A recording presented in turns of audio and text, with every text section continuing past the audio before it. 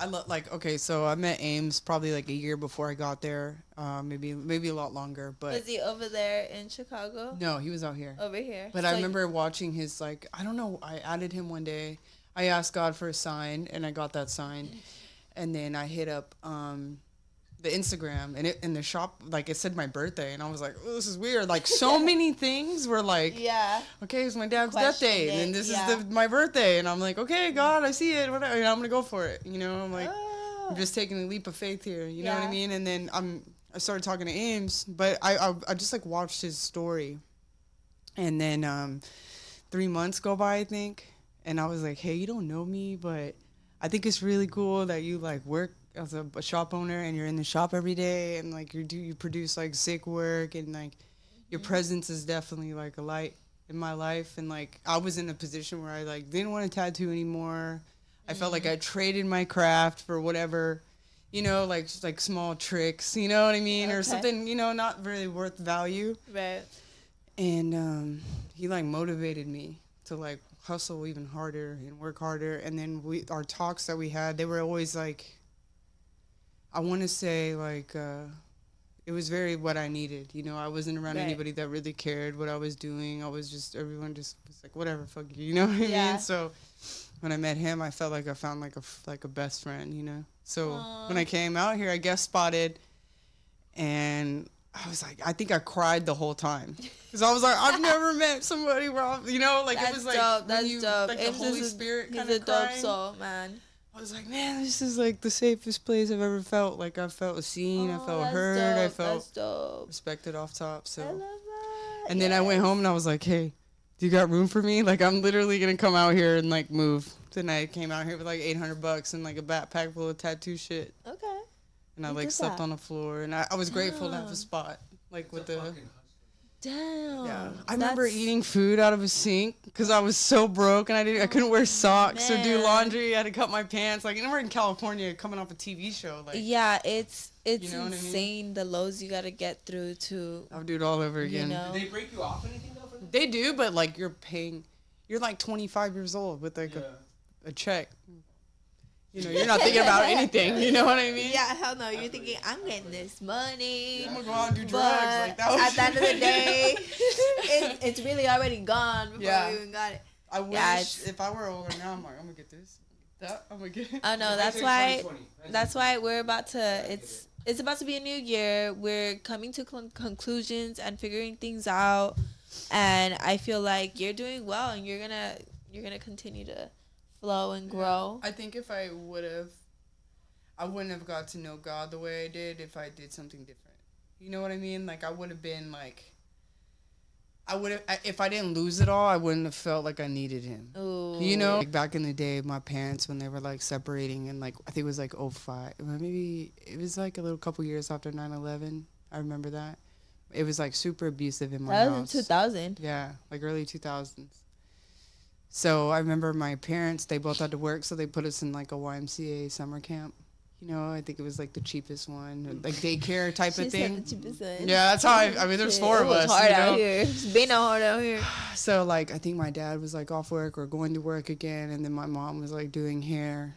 And I remember like they were fighting every night till like 4 a.m, and I was scared that my mom was, you know, my dad was like violent, you know, in a part of his life with my mom.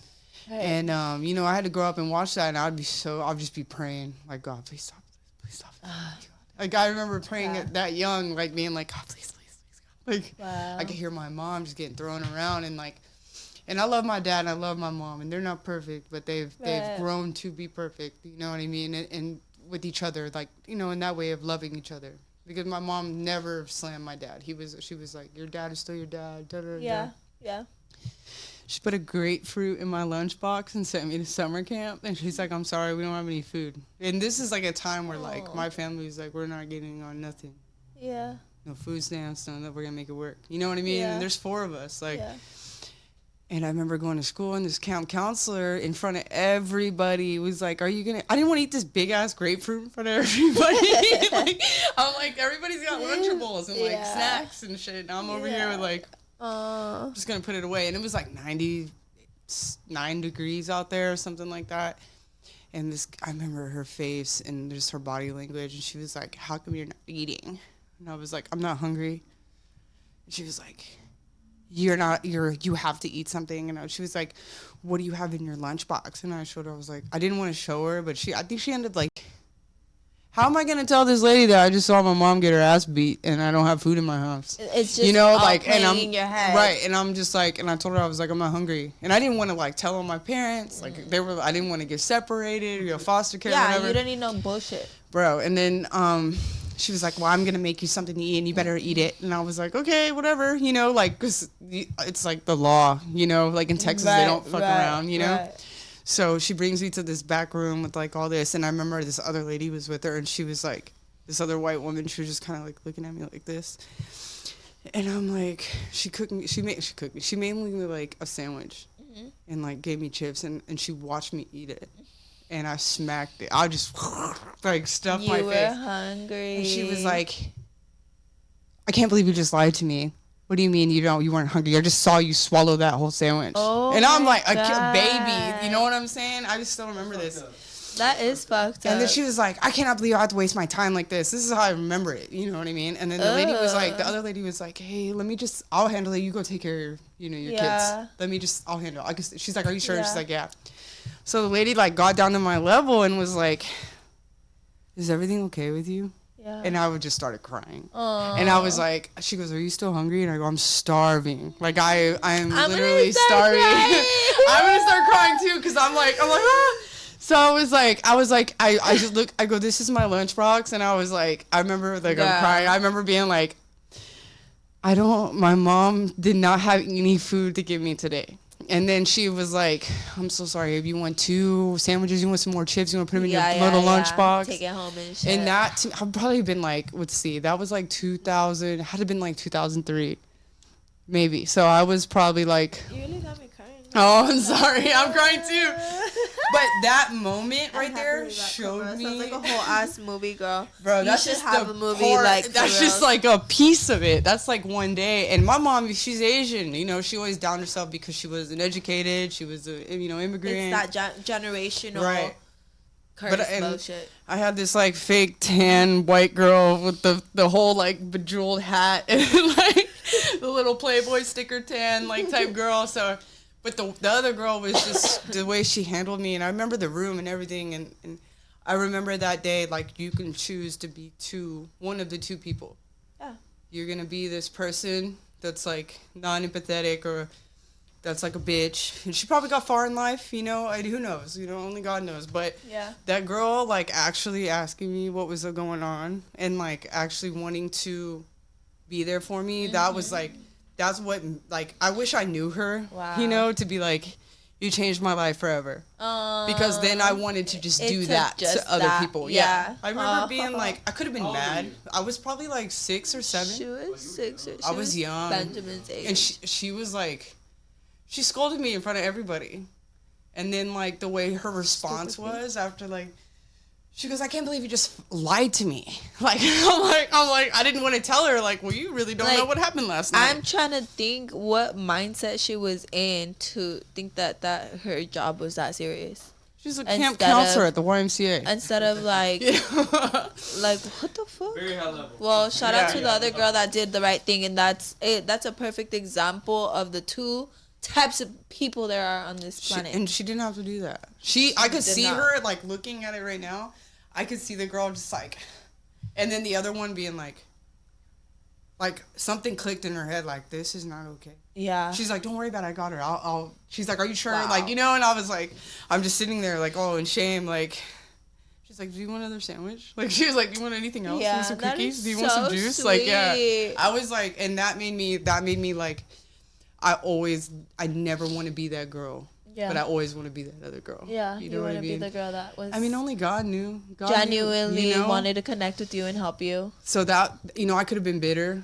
I could have been, like, a victim. I could have been that. But I think later on, that was a big staple in my life to want to treat other people correctly. That's amazing. I could be a hard ass. Like, I can be a bitch sometimes, For sure. But it doesn't do anything good for you. Right. But at the end of the day, like, my friends and people around me, they know if they needed anything, I would do whatever. Right. You know what I mean? Are you single, married? I'm single. You're single. Yeah. Ooh, are you single and looking, or you're just single? So I'm single. Actually, what's crazy, my boyfriend of 4 years passed away in March. Oh. To mental health, and that's something that's been really hard on me. It's cool. I mean, like, what else, right?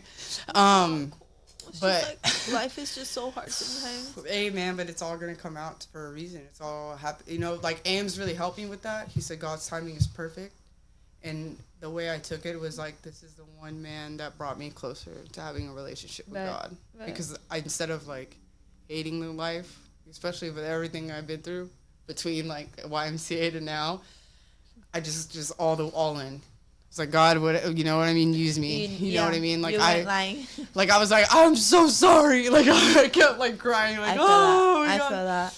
But like, you know, I do want to like be in a relationship. I do want to be a mom one day. I do want to get married. I do want to have like some fine, like just tight ass partner, you know, and like that understands my crazy ass. So but for the meantime, I feel like God's really wanting me to focus on being the woman that He wants me to be. So, and my heart has changed, right?